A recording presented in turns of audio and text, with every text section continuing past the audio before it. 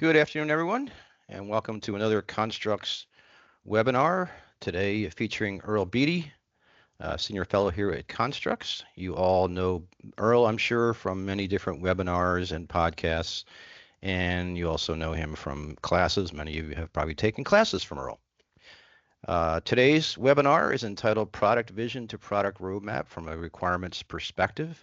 Earl has spent a great deal of time in his career working on requirements and estimation and many things software related on the front end of software, and he thought he would share some things today with you with regards to product visioning and how you connect to the product roadmap. Welcome, Earl. How are you? I am doing well. Thank you, Mark. Excellent. A couple of housekeeping type of things. We do have a Q&A section. If you look on your Teams console at the top next to the chat, there's a Q&A section. You can post questions in there. Earl is not going to be taking them during the event, but he will answer as many as people have at the conclusion of his talk. So today we're going to talk a little bit about something that many organizations have product visions. They have phrases like, hey, we're going to be the world's best something, or we're going to dazzle our customers. And they're not bad ideas, but pretty much worthless in helping you make any day-to-day decisions on what works and what work is and what the most important thing is for your business. So in this webinar, Earl is going to share how to create a product vision that feeds a product roadmap that's effective and useful when you make decisions that drive your work priority. He's going to look at the product vision through the lens of a well-captured measurable requirement. It's not a unicorn. It actually exists in the wild. This approach will give you the ability to organize all your development work around the priorities of the vision. And with that, take it away, Earl. Thanks, Mark. And boy, that's a great intro. I wish I had wrote it myself. So yeah, we're going to take a look at product visions, particularly as Mark said, from this idea of a requirement. And you might think, well, that's really kind of weird, Earl. How do you pull that off? And let's see if I can pull that off with you. But we really want the product vision to be something that's measurable and testable and say, yes, we are meeting it or not just a pie in the sky, grandiose thing. Is it driving our understanding the customer? So let's see how we can pull that off. To do that, I'm going to think about 4 areas here that really we have to start talking about the idea of value a little bit, because this whole idea of requirement is, how do I make sure that I'm meeting their requirements? How am I going to make sure I'm delivering values? We're going to just do a real recap of features of value. I've talked about that in other podcasts that you can watch at your leisure about how we do that value thing. But I'm just going to recap it briefly, and then we'll get right into product visions. How do they actually articulate serving that product, saying, who are we going to try to make really happy here? And then we'll say, okay, how do we, that then leads into our product roadmaps, and then we'll wrap it up. Okay. And just a reminder that what Mark was telling you, that today's tech, we do have a Q&A. There's a little Q&A button at the top of your team screen. You can use that. And of course, I think we actually turned on the feedback. So if you're doing that, and we are going to record this and put this up on YouTube. All right, so here's the part I heard I have to tell you so I can tell you the other part, right? We're going to set the stage here for what a good roadmap kind of thing is. And the argument I make at the beginning here is that we're only delivering something useful where we're delivering value. It's not just enough to do something. That is, oh yeah, we have that feature, we do that thing, but you have to do it in a way acceptable to the consumer of that product. This is the key, I think, to understanding a good product vision. You have to do something in an acceptable way, not just do it. Because a lot of things can do it. I can talk to Mark, who lives 7 states away now, and if we had a long enough string and tin cans, we could talk to each other. But we probably would find that unacceptable. It's too hard to deploy, too hard to maintain. It's unacceptable. It does it, but not in an acceptable way. We haven't delivered any value. Now, if we had pulled that off like a telegraph 100 years ago, we might have found it acceptable then, but the telegraph we don't find acceptable anymore. We want more because we've got better technology to get us more acceptable of things that we want. So this is what we need to do. And there's many kinds of values that we talked about in the past, and these are the 4 main categories I keep referencing: utilitarian, exchange, aesthetic, and emotional. Your product may have many of these values or some of these values, but the one we usually focus on is utilitarian value. That's the one when we say, hey, is this delivering value? It usually says it does something for me. I get it to do a job for me. It helps me achieve my workflow. And that me here can be human beings, users or consumers, or it might be another system or another component because you're just working on a component. It really is all about what you've been asked to build. Are you building the entire system or just one component of the system? That's your boundary and who uses what you're building. And so utilitarian value is what we're going to be focusing on here to help establish our product vision. Yes, we could probably do something with emotional value or aesthetic value, but basically we're going to focus on utilitarian value. And when we talk about utilitarian value, as I've talked about in other seminars, there's a starter kit here. It says, when we do that job, whatever that job may be, there are a bunch of dimensions that say what is acceptable. And all these dimensions exist. They're all up there. They all have some impact, some rating. There's none of these things that, whether the 8 main categories or the 31 subcategories, that don't exist. Now, many of these, we'll find out in a second, we're not worried too much about. As long as we're doing okay on them, we're fine. But when our product vision comes out, we're going to have to start picking from a list like this to start saying, what is it that our customers really care about? So values, doing a thing and doing that thing in an acceptable way. And when we start sorting this out, what we're going to use are these value categories I've talked about before. The first category is what I call value positive or value plus. Remember, your product has competition, including the competition of do nothing. Right? There's somebody else that already does this function. I have an old, now an outdated iPhone 15 Pro, but there's not a function on that phone that has not existed for hundreds, if not thousands of years. Talk to Mark? Sure. We set messengers to do that. We have team can strings. We had telegraphs. We've got more and more. We've been able to do that function for a long time. Capture an image, cavemen did that on walls. There's no function that it hasn't do, including that's like, I don't think I want to bother because it's too complex and too hard. So there's already some other thing doing that. So value positive basically says, when I do this function, this is what my consumer is watching for to make a positive value judgment. That is, my main issue is that that other one was too cumbersome. You've made it far more easy to do the same thing I need to do. You've made it far more reliable than the other one, right? What is it that I'm watching and paying attention to here to say I will make a positive value judgment? So that was one of the categories we have talked about previously. The second category I call value negative.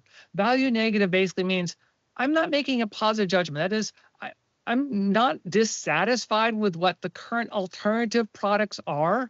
They're fine at this. But if you aren't as good as them or in the same zone as them, I will actually make a negative value judgment. You are better than them, I probably won't make a positive value judgment. But if you're worse, far worse than them, I will make a negative value judgment. Chair comfort might be something like this. As long as you have reasonable chairs at your event, I'm not making a positive value. If you have really comfortable chairs, it doesn't make that event that much better. But if you have awful chairs, then I'm hating this event regardless of how good the content because the chairs were so awful. That would be a value negative. I'm willing to make a negative value judgment, but not really much of a positive value judgment. And then there's value null. Value null says, you know what? That's not even entering my equation. One of the examples I love to use is a Rolls-Royce Phantom, a very, very expensive car. The person buying a Rolls-Royce Phantom isn't quibbling or even thinking about the cost of an oil change. It doesn't matter. I have enough money and resources to own a Rolls-Royce Phantom. I'm not concerned about the cost of an oil change. If I'm buying a Honda Accord, though, that might be at least a value negative or maybe even a value plus, depending on my situation. But for the Rolls-Royce Phantom owner, it's a value null. I don't even think about it. So this is the categories we're going to use, this value plus, value negative, value null, to help set up and establish our product vision. And what's really cool about these things is that they're all on scales of some kind. Some scales where we have absolute numbers or some value. But basically, all these scales are going from something that says, I get more happy the more you have, I get less happy the less you have, or something like that. How I move on the scales moves from upset to happy. All of these things have scales like this. And that's what makes it so incredibly powerful as we start using these things for our product visions and product roadmaps, because then we can start saying, are we achieving that point? Whether we're achieving it in proof ahead of time by test or actually seeing real world use. And just to remind ourselves from what we talked about before again about these scales, on the value plus, we're going to see ourselves near the very tip, the edge of what our scale says of reasonable values, because these are the ones that have to say our customer really cares the most about. They're going to be on the latest and greatest technology, and they're going to cost us a lot of time and money to make sure we're hitting. We're going to spend a significant amount of money on these value pluses. The value negatives, however, the value negatives are going to be our best practice. We're going to be somewhere in the middle of the reasonable scale. We're not going to be near the top because we don't want to spend all that time and money. And we're going to probably not using cutting edge technology, but best practices at that time. Security is often in this zone right here. Even though everyone wants really great security, security tends to be a value negative. We have to have reasonable security. If we screw it up, everyone's pissed. But if we have even more secure and more secure and more secure, people may not be paying for that for our particular kind of product. Right? And so we're just going to use best practices there. And value negative, that's what we're going to use tried and true technology. And we're going to have very few things down here because, yeah, we're probably going to be mostly in the value negative, but the value null will have a few things. And we should try to do that because that tells us we're trying to understand our customer very well. Okay. So that's my little brief summary of what we've talked about in other seminar or webinars about the idea of value. Now let's see how we can use that to establish our product visions. Right. And I'm going to take this from the idea of a single requirement. You might say, Earl, we have hundreds, if not thousands of requirements. What do you mean your product vision is around a single requirement? Well, it's around a single requirement because I'm going to take advantage of the power of functional decomposition. I believe strongly, and I've been able to see this in customer and client after client after client, that there is a top somewhere, a key function that your product is doing. Now, it could be, I think on my iPhone 15 Pro, there might be 4 or 5 key functions and different areas that might be a product vision, but then I can see among those 5, which one's the most important at any given time. So if there's conflict, who wins? I can prioritize 4 or 5 things, and that's a pretty complex project. But I've been on $50 million projects that only had one primary function. It was to run a test. A certain kind of test, a certain very complicated test, but that was the reason the whole thing existed. $50 million, right? So there is usually at the top of a stack. Now, there's decomposition can go on forever, but I'm going to go back and say my vision is going to be up there. We're going to start at the top of the stack. That's how I can get away with one requirement to be my core product vision. And then as it decomposes, there's rules about how it decomposes. That is, the sub-functions add up to support the primary function. And if there doesn't support the function, it's like, why are we doing it? Right? You can start asking questions about scope and controlling scope here. And we can add new sub-functions as new workflows that all are under the primary function exist. We've got lots of flexibility down at the bottom of the decomposition, but we can look at the top of the decomposition to help set our product vision. So I'm going to be right up there at the top and say, how do we do this? So what I'm going to do is I'm going to start and I'm going to say, okay, let's create a context diagram. This is the way I always start with help organizations establish their product vision. I'm going to say, let's first identify the boundary of what you've been asked to build. What is the product in this case? Now, product is a generic term. It's not necessarily a commercial product.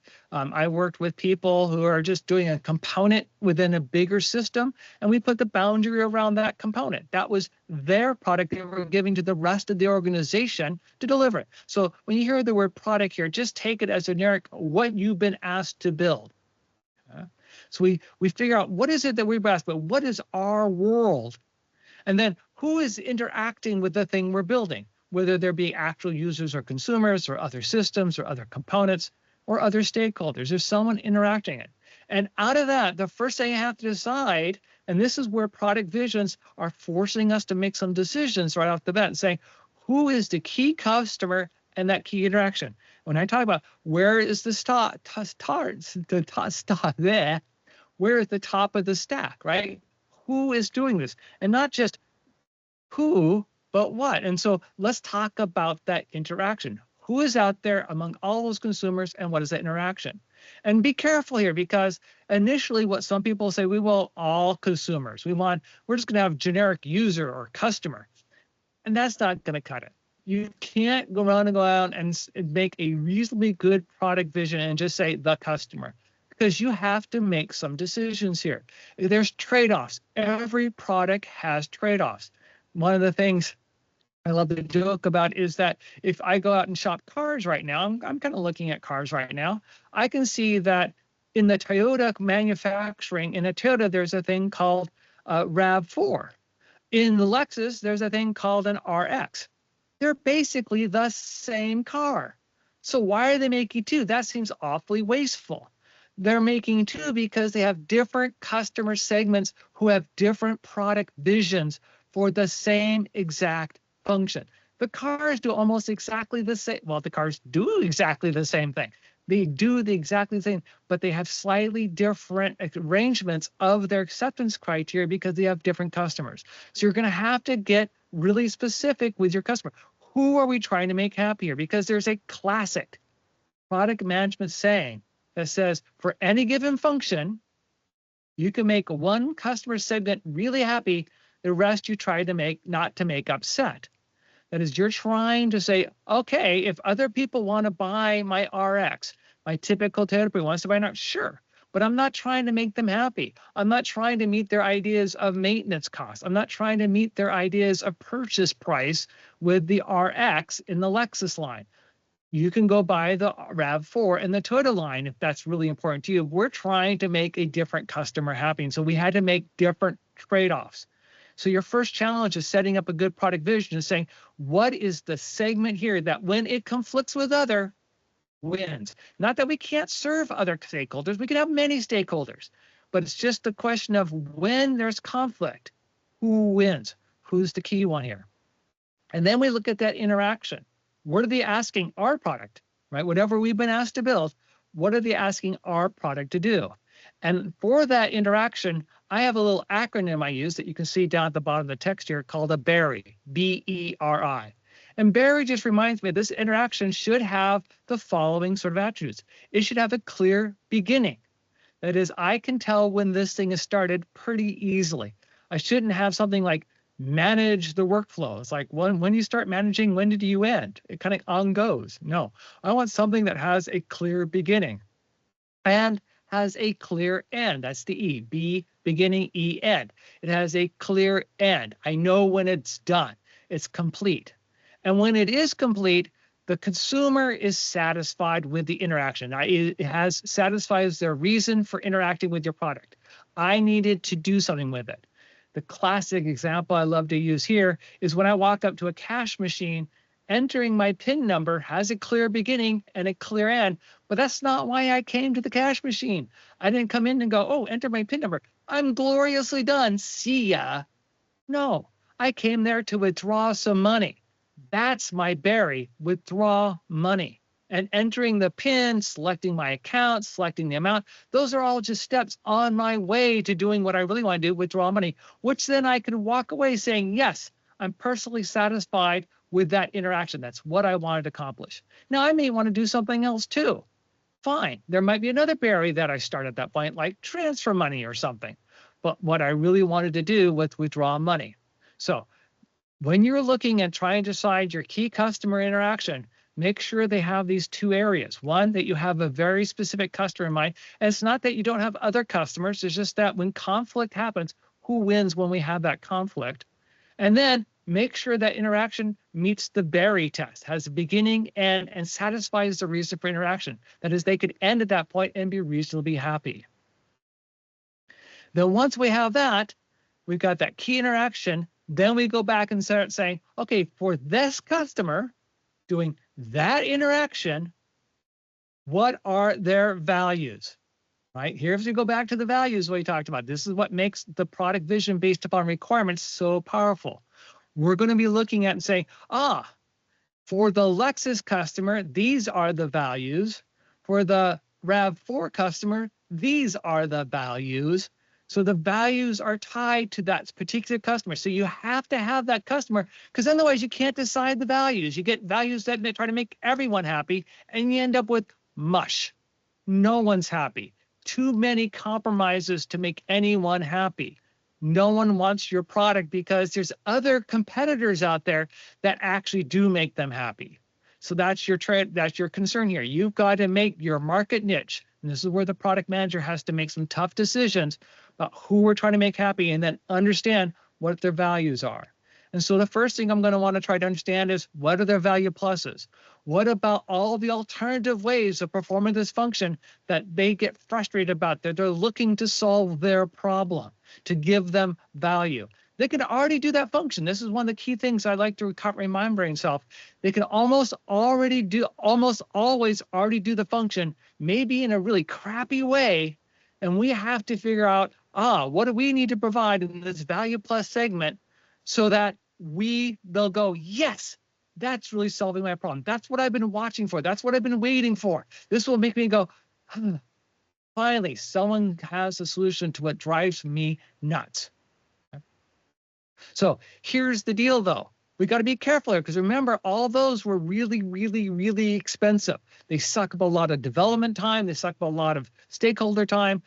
They cost a lot of money because we typically have to have cutting edge technology here, which gives us a higher risk of defects because we're still learning about the technology. So we want to keep this number of these things pretty limited, that we don't want 20, 30, 40. Because what happens often when we get into meetings with clients and they say, okay, what's your value plus? The marketing people want to start shoving everything into the value plus. We got to be best at this. We got to be best at this. We got to be. I say, do you really?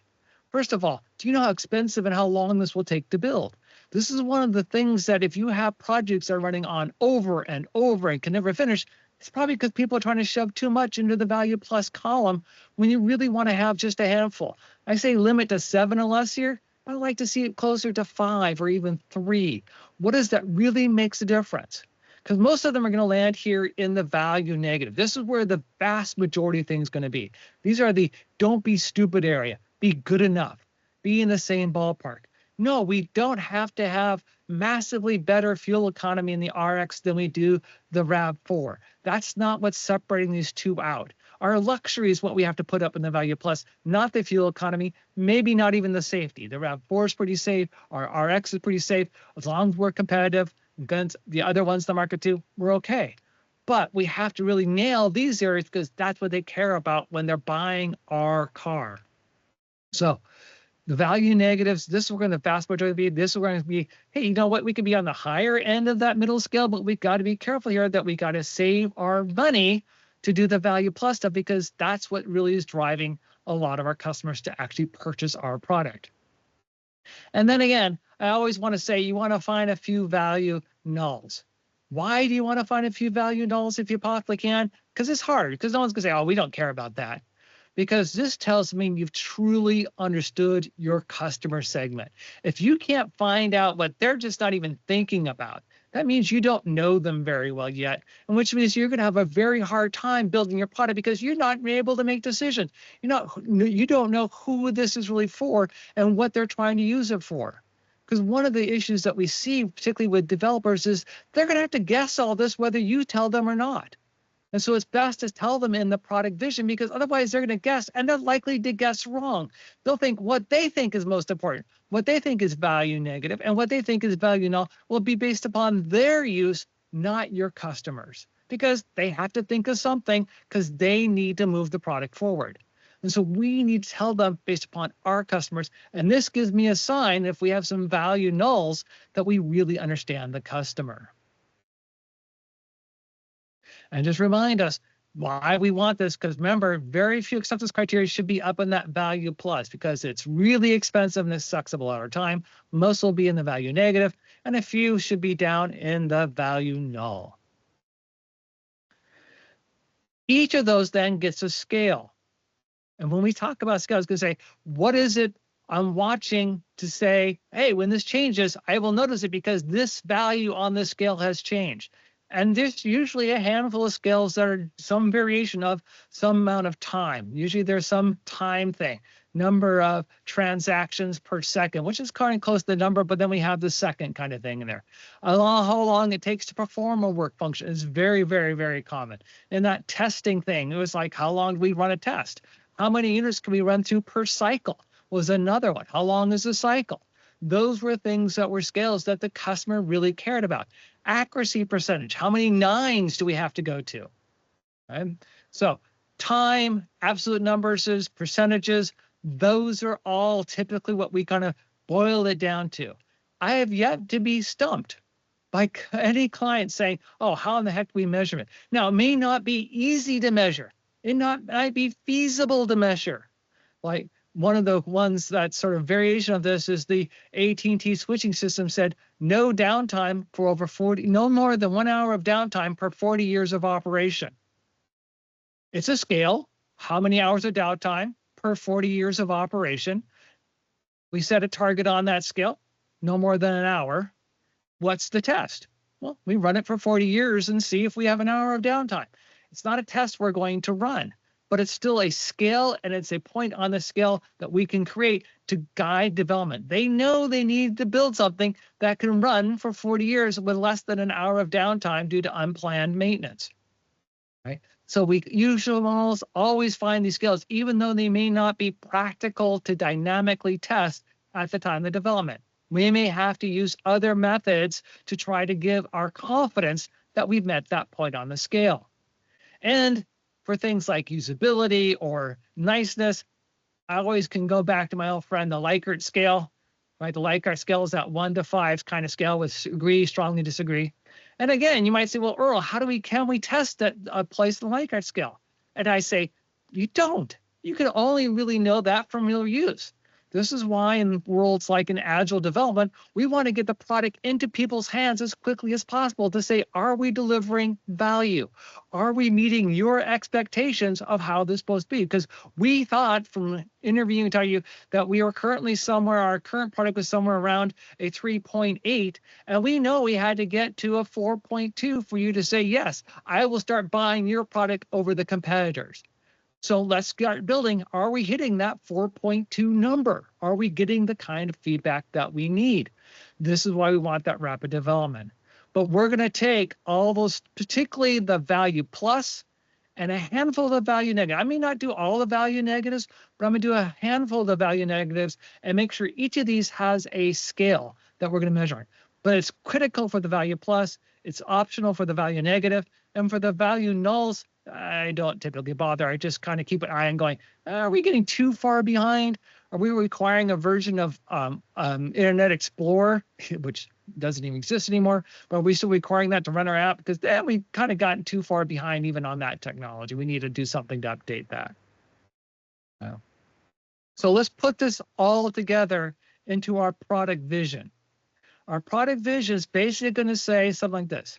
When that customer, again, we got a customer using what we're building. When that specific customer is doing some sort of interaction, a function, a workflow, a job, whatever you want to call it, when they're doing that question, how do we sort out their values, right?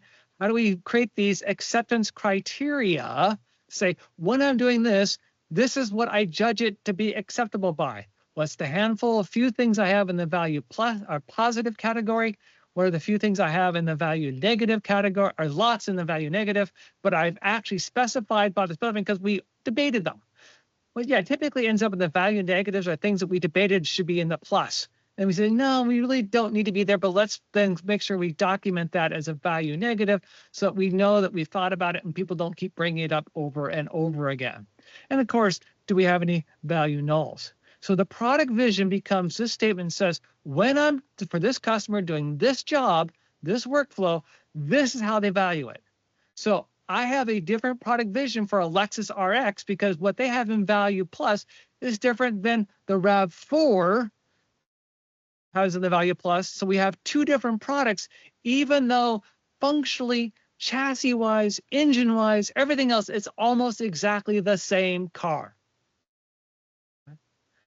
If only changed enough to make sure that we're hitting the value plus on the Lexus side, and I've changed just enough to make sure I'm hitting the value plus on the Toyota side to make that segment happy.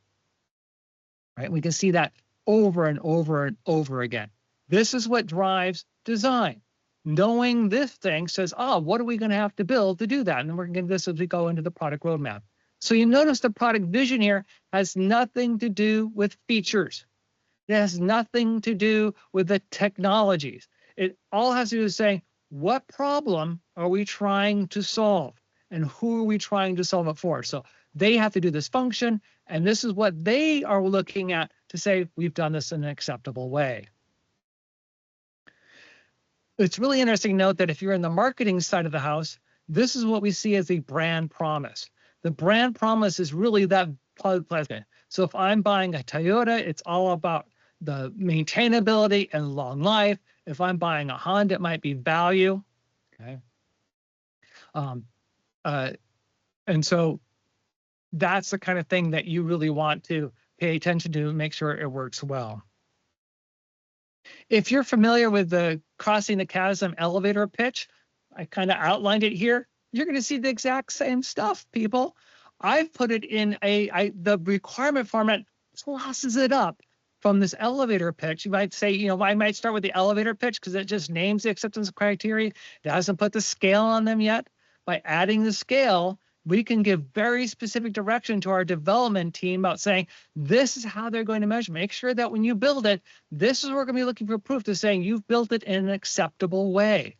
But you can see that the elevator pitch covers almost the exact same territory as writing it as a requirement, because up here, I have a function and acceptance criteria. Hopefully you're starting to say, hey, Earl, I took requirements training from you. That sounds awfully familiar.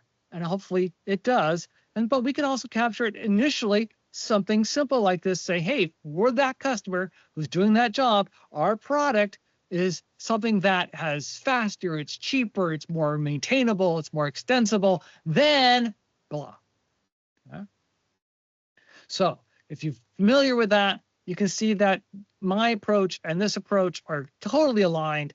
We're just at different stages. I'm taking it up a notch so that you can have more decision power, more direction to the organization. And we'll see that as we go in here.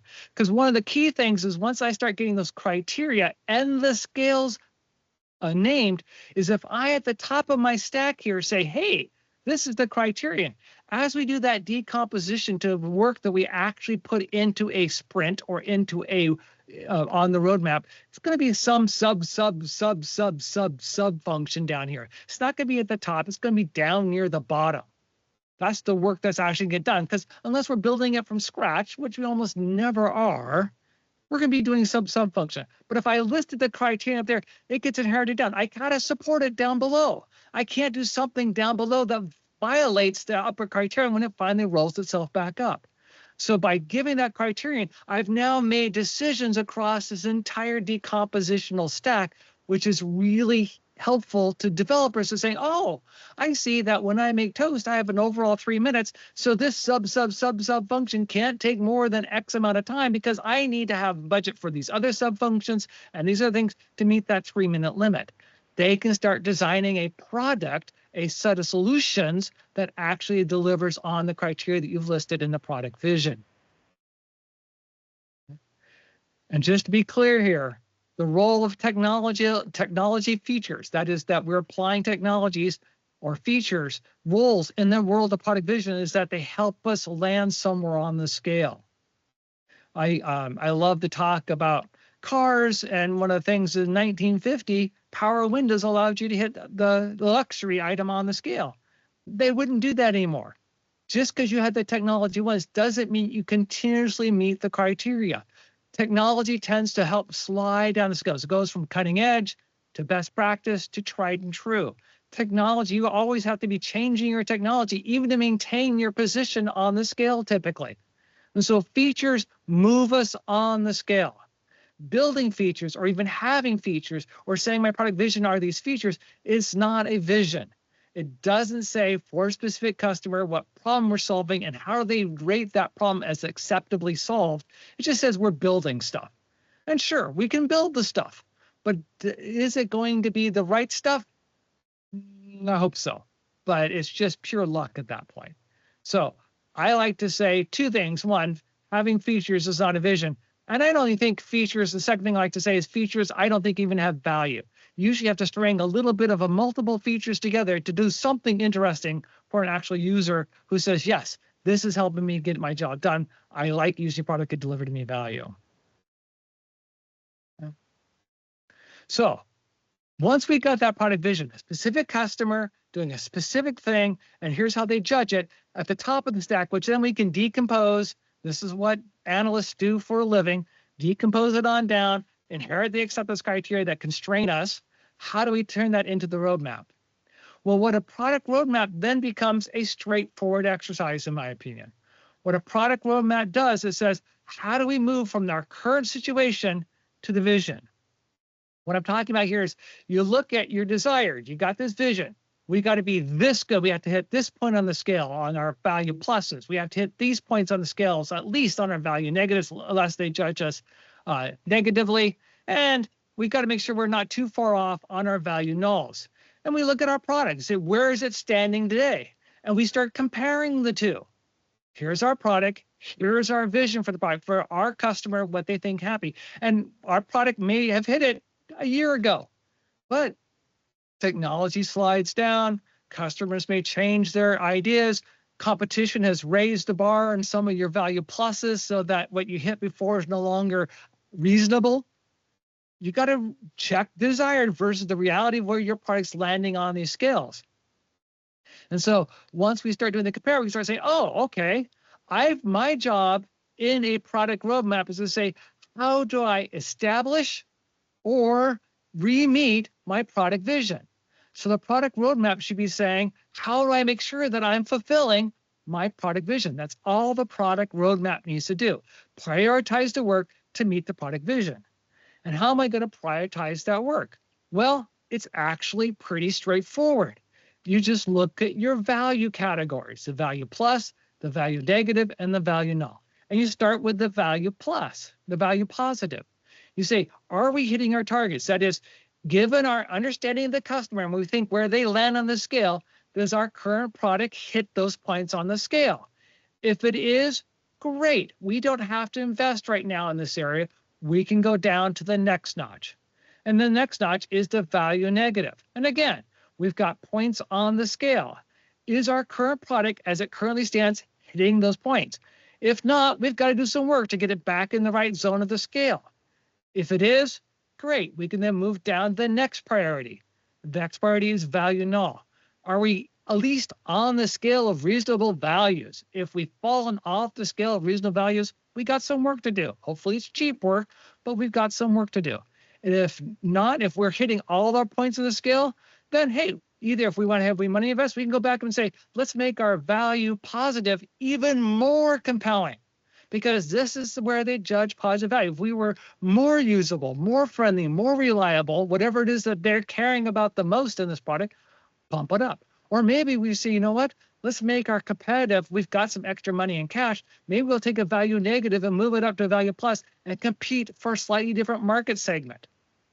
Or maybe go work on a different product whatsoever. But we can start saying what work needs to get done and what priority based upon the value plus. If I got two things out of value plus or value positive that are out of whack, which one's more out of whack? Which ones needs bigger correction? That should take precedence over the other one that's in the value plus category.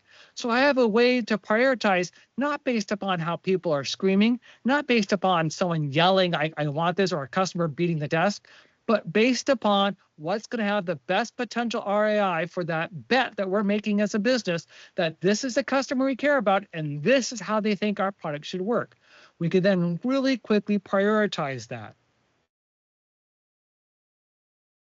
Right? So what we're basically saying, if I said in my product vision, I have a criterion at the top, this is what and I see down here some sub thing, again, because we're probably not building the entire thing. I see it down here, some sub thing, and it's not meeting that target. I got to fix it. Right? And the question is, what's the order I fix it? Value positive to value negative to value null. That's my basic order for fixing it. But I can start creating a list of the things that need fixing, and then say, okay, here's how we're going to go fix these based upon that priority order. And given my capacity, when can I slot them? That's what the product roadmap's doing. The other thing that can happen too is that we may say, you know what, they have a variation of a workflow that technology has allowed them to do. The function hasn't changed. I still want to withdraw money, but we have a new technology called VMO that we're going to have to build some new sub functions for, because we still have to meet that, because we will start sliding too rapidly on the convenience scale that we thought we were hitting with our just ATM network.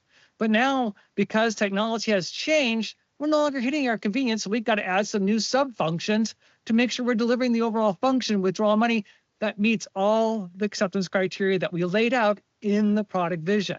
So again, define the work. If it's something broke, we got to fix it. We may have to build new functions, but it's all still trying to establish and maintain that product vision. That's what the roadmap's doing. So Earl's sort of cheap example of a roadmap here, I like to go from things I'm very confident about at the top to things I'm very unconfident about at the bottom. And I'm going confidence from left to right as well.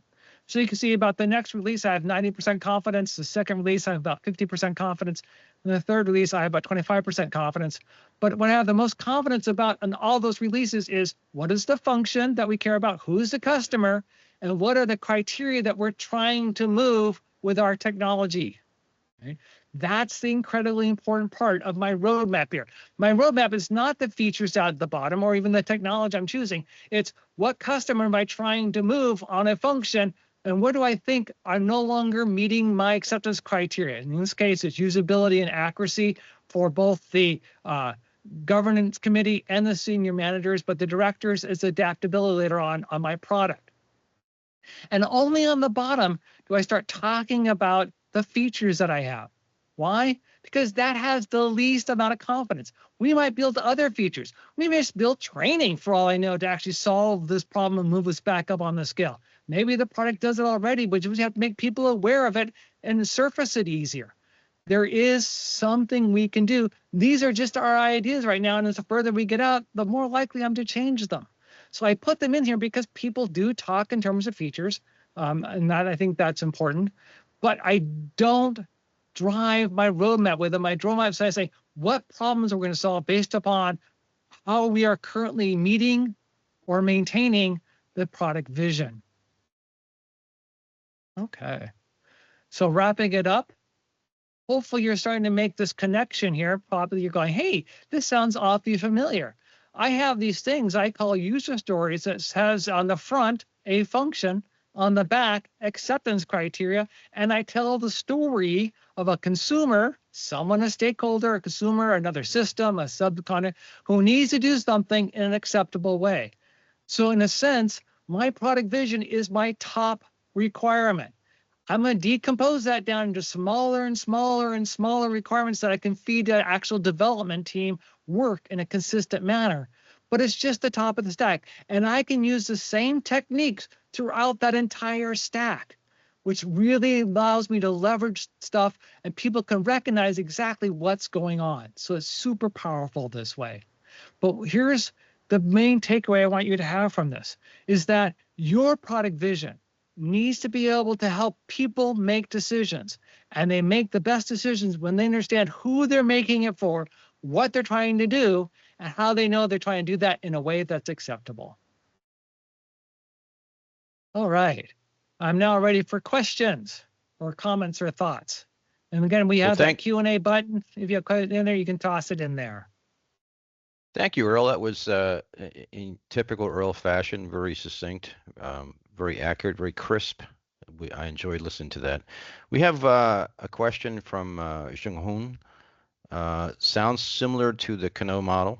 Your value plus equals wow. Value negative equals define. Value neutral is hygiene. What are the differences between the two, and why did you choose the scaling that you did? Yeah, so the Kano model, for those not familiar with the Kano model, let's see if I can bring up a doodle pad right here. For those not familiar with the Kano model, it has on one axis, it has the level of investment. On the other axis, it has the happy factor. And it has 3 lines on it. One line goes like this. Another line, let me change its color, goes like this. Another line goes like this. Okay, there's 3 of these zones here, and that's what she's talking about. Does the value one match your zones? Well, not really. My value plus, you could consider it close to that one. Yeah, you might make that argument that there's a value plus, but again, the idea here is that on the value plus line, if I draw the value plus line, it's going to drop like a rock at some point. It doesn't just say, oh, I'm more and more angry. It's just like, I get really pissed. I don't even buy your product. I'm not even looking at it anymore. It doesn't matter that you save some investment. I need you to be out here for me to even be happy with you. And so I don't think it's really a scale of investment. You have to invest money. In fact, if I had to redraw the value plus line here, I'd say the value plus line is like here. That's it, right? It's here and then goes down because you're not satisfying the problem. I'm not even going to go there. And so my value plus is not really like that line too much. My value negative, you could argue that this one's close to the value negative. It's kind of that if unless I invest a certain amount, my customer's pissed off, but once I invest it, no more. Yeah, maybe that one's pretty close. I can buy that argument, but I don't think it's true for the value plus. I don't have anything for this zone up here where which Kano typically calls the delight zone or the wow zone, i.e. that if you don't invest it, they don't notice. But if you invest in it, they go, oh, that's really cool. To me, that's just actually understanding your customer better than they understand themselves. And this is the job of the analyst to do this and to make sure, hey, we can do some things. We can take maybe one of those value negatives, move it on up and delight them away because they don't realize that's what they really want. But you have to know your customer really well, right? So I don't think there's anything on here that's the value negative. It says, you know what? We don't have to invest very much in this. It's not something they care about. It's not on the Kano model at all, the value negative. So I think there's some similarities to the Kano model. There's a little bit of overlap to the Kano model, but I don't think the Kano model is the solution here that really drives that. Great. Thanks for that question. There's several questions that talk about sort of as people transition from the way they've thought about requirements or how product management presents them. How do you talk to product management about switching to value if that's not part of the lexicon? That's a really, really a good question and a tough one, right? Hopefully that this topic actually encouraged product managers. So say, hey, go watch Earl's webinar, right? We'll have this up on YouTube pretty soon. Might be one way of starting that conversation. Another way to start doing this is to do a thing I like to call backfill. Your product manager is not giving you value. They're giving you features. They're asking you to build certain solutions is typically what I see in most organizations. And you're going to say, okay, we'll build these features. Got that. I'm down with that. But then you say, here's the problem I think we're solving, and these are the customers I think we're trying to solve for. You go back and create the product vision. Now, why is that potentially a possibly good answer? Well, it's possibly a good answer because it turns out people like to react to things often more than like to vent it whole cloth. They don't know what they're doing. They may not have the expertise. They came into product management from potentially the business side of the house. They were past user, and so they understand the customer really well, but they never understood the discipline of product management. They never really were trained in product management. And so they just take features and start to push them through the pipeline and say their roadmap is alignment of these features will be out in this quarter.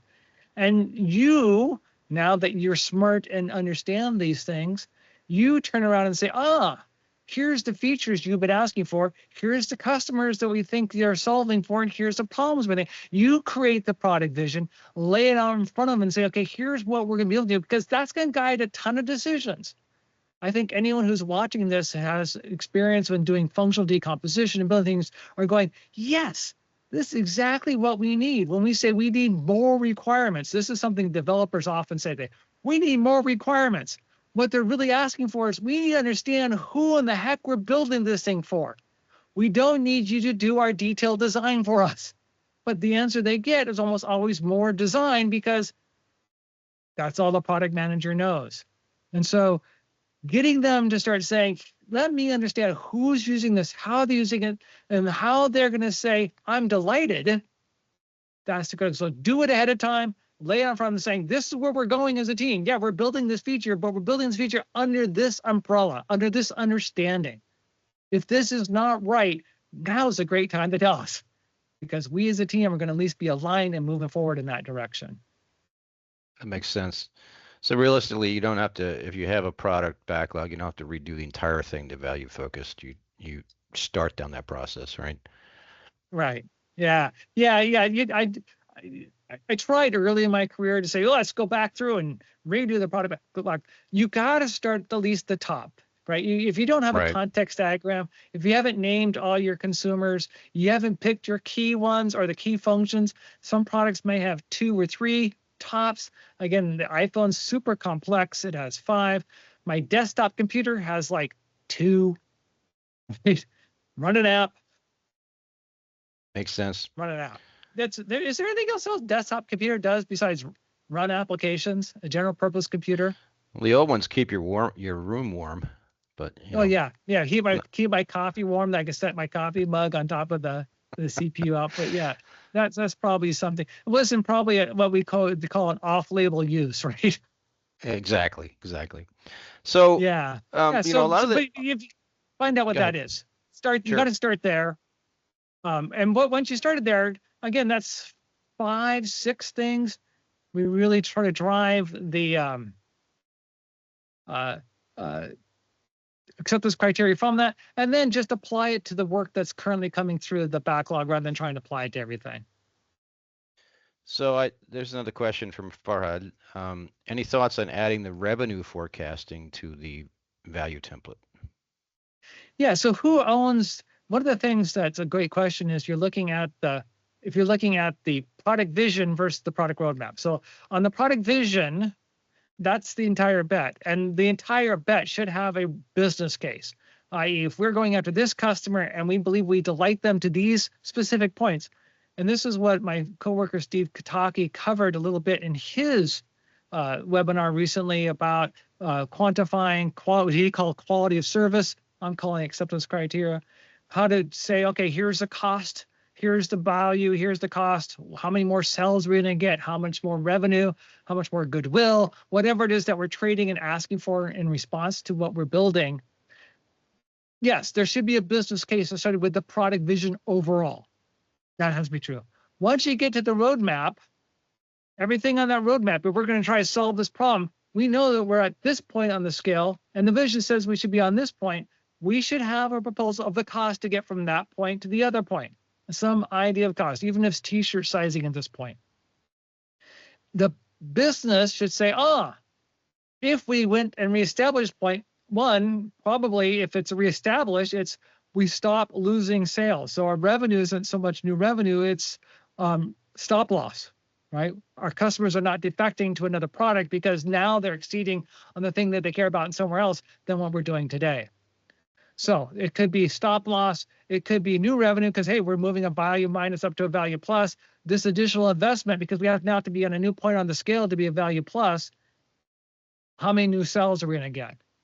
That's something we can look at. A better option that one of our coworkers should talk about, and I think is really interesting, is not talk about what's the new revenue, but what's the payback period? How long will it take to pay back the investment in terms of sales, in terms of revenue, in terms of stop loss, i.e. if we're going to invest this money, how many cycles, quarters, years will it take to pay back what we have to have? Are you saying as a business, it will take to pay this back to whatever measure we want to use? That's another way you can look at it. But should we put it on the template? For the product vision, I say no. Why? Because I think there should be a separate business case for the product that's different than the product vision. The product vision is a piece of that business overall thing. The other part will be the business case. On the roadmap, maybe if that's helping your organization to make decisions, why they justify slotting this problem before this other problem, it helps some people understand that. Yeah, maybe that works. Okay. So just to follow on to that is just the notion of helping you sequence when you do some of these things, right? I mean, you can use financial decision making to say that's a quick hit. It's something a lot of customers need.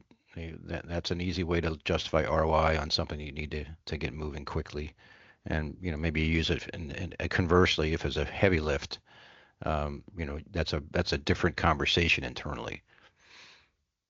Yeah, but it also depends a little bit on which of the acceptance criteria zones you're in. If you're in a value plus, it's probably a heavy hit, right? But if you're not meeting, if you're not in the right zone, your product is going to have some issues. Yes, Right. some people will buy it, but you're not going to get to new markets because there's obviously probably something out there beating it. If you understand your zone correctly and you faded out of the zone, which means this other competitor says this part of the zone now is meeting it and you're not, and that value positive, that means your product is in jeopardy because you're not making, like, if I have a Lexus that everyone thinks is harsh to ride in and noisy and cheap materials and all this kind of stuff, who's going to buy it? They'll go buy the Toyota. They'll go buy a Subaru. They'll go get something. They'll go get an Acura or something like that. There's someone who's going to eat your lunch because you're no longer meeting this definition. Even though you might have met it once, maybe that ride was good 10 years ago, but new technologies have come along. Your customers, your competitors have adopted those technologies, and so the scale shifted to the right, and you didn't change. You got to fix that, and that might be a heavy lift. But you're still going to have to prioritize that over maybe a cheap and easy value null or value negative, because you've got to keep your place in the market. Once you get that value plus, then when you start looking along the value negatives, really is probably a good place to look for the best ROI, right? There's a cheap one, moves us pretty high, much higher than our competitors, still keeps us in the competitive zone, but higher than our competitors. Cheap cost, that looks like a good ROI. We can even market that a little bit. Beautiful, right? So look for the ROI there. But at the top, you got to say, gosh, if we can't afford to maintain this position, do we need to change our customer and our product strategy? Right? Because really, when you think about that value plus, it's your entire product strategy, your brand promise. And if you can't keep it because you don't have the funds or the willingness to keep those positions, maybe it's time to start saying, you know what? We need to go after a different market with this thing. We need to go downscale with it or something because we can't maintain this. We don't have the ability or the budget to do that. Or we have too many of there, so let's narrow our segment a little bit. So this model, I'm thinking about the idea of maintenance type of products where you have stuff that's just a cash cow generator, continues to do good things for you. Then you have enhancement requests on top of that, and you had greenfield. So you could apply this to all of those in terms of helping your decision making. Those things that are dying, right? What you're going to do is say, you know what? We're going to be moving most of the things down to value negative. We're not going to have hardly a thing left in value plus. We're just going to milk this sucker until it's gone. And we're not trying to overtake the market. We're just going to let it die. So we're going to pull everything out. So we're saving tons of money because that's where we're spending all the money is in that value positive category. We're going to pull everything out of value positive, put it in value negative, and maybe even say, let's widen value negative, move more things down to value null because we're just trying to milk this. And so you can communicate your overall strategy and support for a product by how many things are in each category. Makes total sense. I think we're at the top of the hour here. We're going to have to call this a day. Earl, thank you so much for sharing your time and your thoughts. This has been excellent. Thank you, everyone, for joining us today. I think there are a few things in here that there's some other questions that came up. I think we're going to probably maybe do a future podcast on this, just kind of spill over and get into some more details. What do you think about that? Sounds like fun. Makes sense. All right. Thank you, Earl. This has been Mark Griffin as your host. I appreciate the opportunity to interact with you once again, Earl, and have everybody out there have a good rest of your day.